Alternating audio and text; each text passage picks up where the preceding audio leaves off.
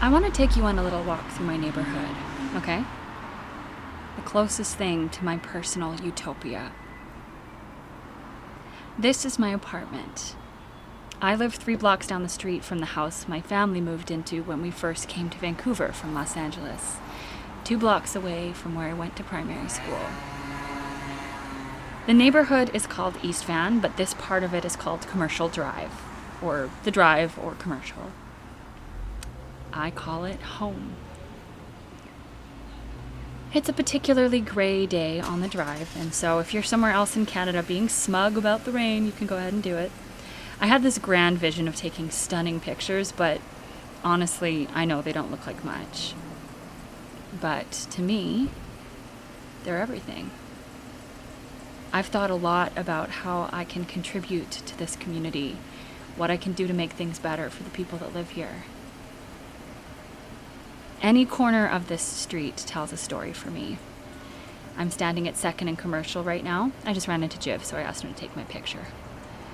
There's where there used to be a Starbucks across the street from, in my unofficial and personal opinion, the second best indie coffee shop on the drive. Now it's an empty storefront where this really talented dude and his friends play music most days. Behind me here used to be an amazing dollar store where I loved buying pet stuff for my dog. Now it's a drum store, but I hear they're pretty cool. And across the street from that is the best bakery on the drive, Fratelli's. That cluster of people is just people trying to get inside. A lot has changed over the years. Here's another empty storefront. This was Frederico's Supper Club.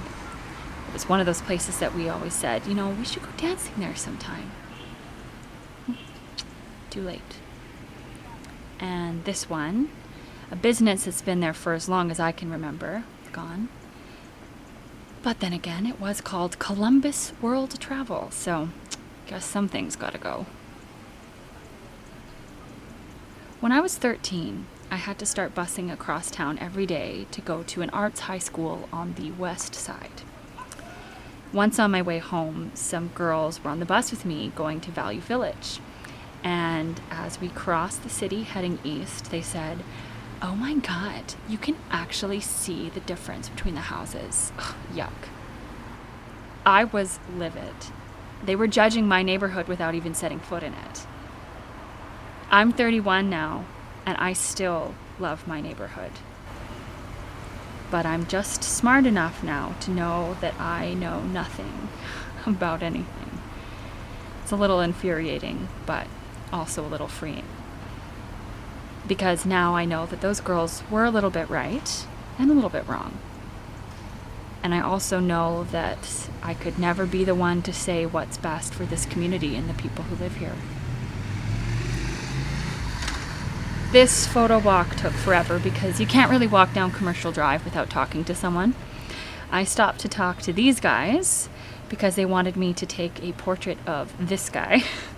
And when I was taking this picture, I met Mustafa, who is a hairdresser who comes down here to drink good coffee and hang out. I saw Barry the drummer and Sean the writer, Pam the masseuse. I ran into my buddy Eric, who sells Megaphone magazine at the corner of 1st and Commercial.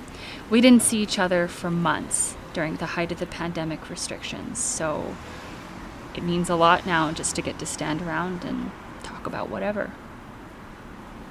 This is a community that has resisted all of the grand efforts to make places in this city where everybody is the same as each other. Because what would a neighborhood be without neighbors? They're not hypothetical. They're real. And to me, they're everything. Every night at sunset, you can see the crows flying east. Hundreds of birds making the commute together. Bird scientists from around the world have come to study this phenomenon because it only happens here.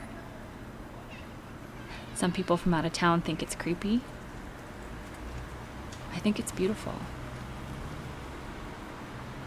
Because it's only utopia if we can all be here together.